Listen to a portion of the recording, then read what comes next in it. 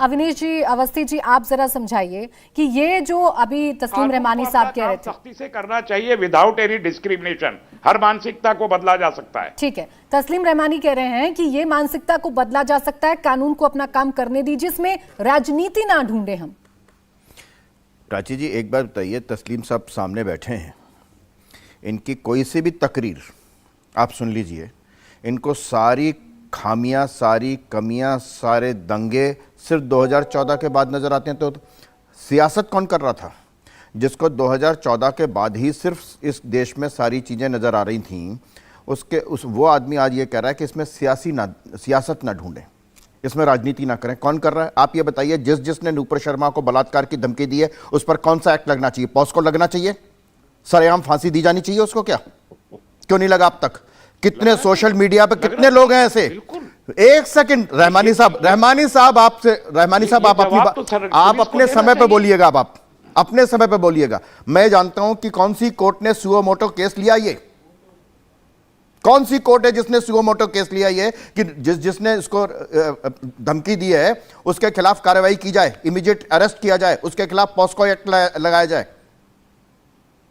आप ये कह रहे हैं, आज आपको कह रहे हैं कि वहां तो ऑपोजिशन बहुत स्ट्रांग था तो उसने क्यों नहीं उठाया? बाकी जगह आप कहते हैं सरकार क्या कर रही थी, यहां आप कह रहे हैं, महाराष्ट्र में कह रहे हैं ऑपोजिशन क्या कर रही थी। यह है सियासत तस्लीम रहमानी आपकी। उत्तर प्रदेश में होगा तो कहेंगे सरकार क्यों कर रही थी ऐसा, महाराष्ट्र में होगा तो ऑपोजिशन क्यों नहीं कर रही थी ऐसा। यह होती है सियासत।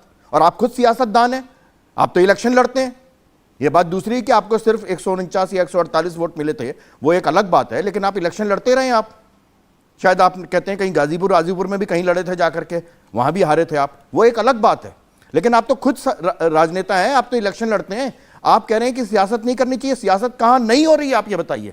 और अब तो एक केस का तो फैसला ही हो गया कि अब जो भी होगा इस देश में, दंगा फसाद, मार पीट, हत्या, वो एक वक्तव्य की वजह से होगी, नूपुर शर्मा की। उसके पहले तो ये देश इतना शांत था। बिल्कुल अवस्थी जी, देखिए कोशिश तो यही करनी है कि इन बयानों को ना हवा दी जाए। कोशिश तो यही करनी है कि लोगों में जो नफरत पैदा हो रही है उसे खत्म किया जाए। तस्लीम रहमानी जी, आप जवाब दे दीजिए, फिर मैं आपके पास आऊंगी। मुश्ताक मलिक साहब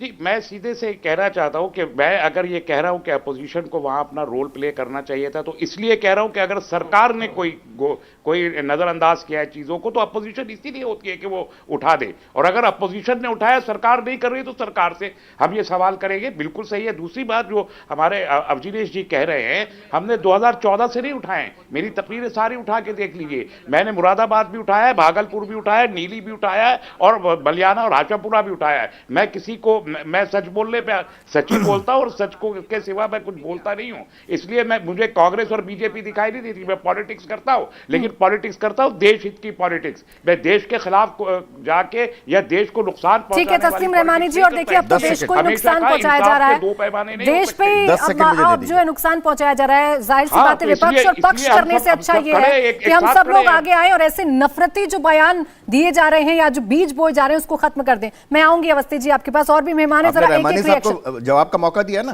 तो मुझे भी दीजिए, जरा 10 सेकंड दीजिए। रहमानी साहब, आप इतना सुन लीजिए कि मैं आप जो कह रहा हूं ना, इस देश में रहने वाले उन लोगों को जो देश के शीर्षस्थ पद पर रहने वाले थे, उनको 2014 के बाद इस देश में खतरा नजर आ रहा है हिंदू मुसलमानों के रहने का। आमिर खान जैसे लोगों को, उनके परिवार को 2014 के बाद रहने वाला है।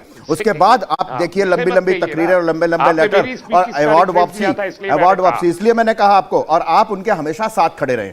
इंडिया टीवी हर वक्त हर जगह डाउनलोड करने के लिए सर्च करें India TV news Google play store या ऐप स्टोर पर।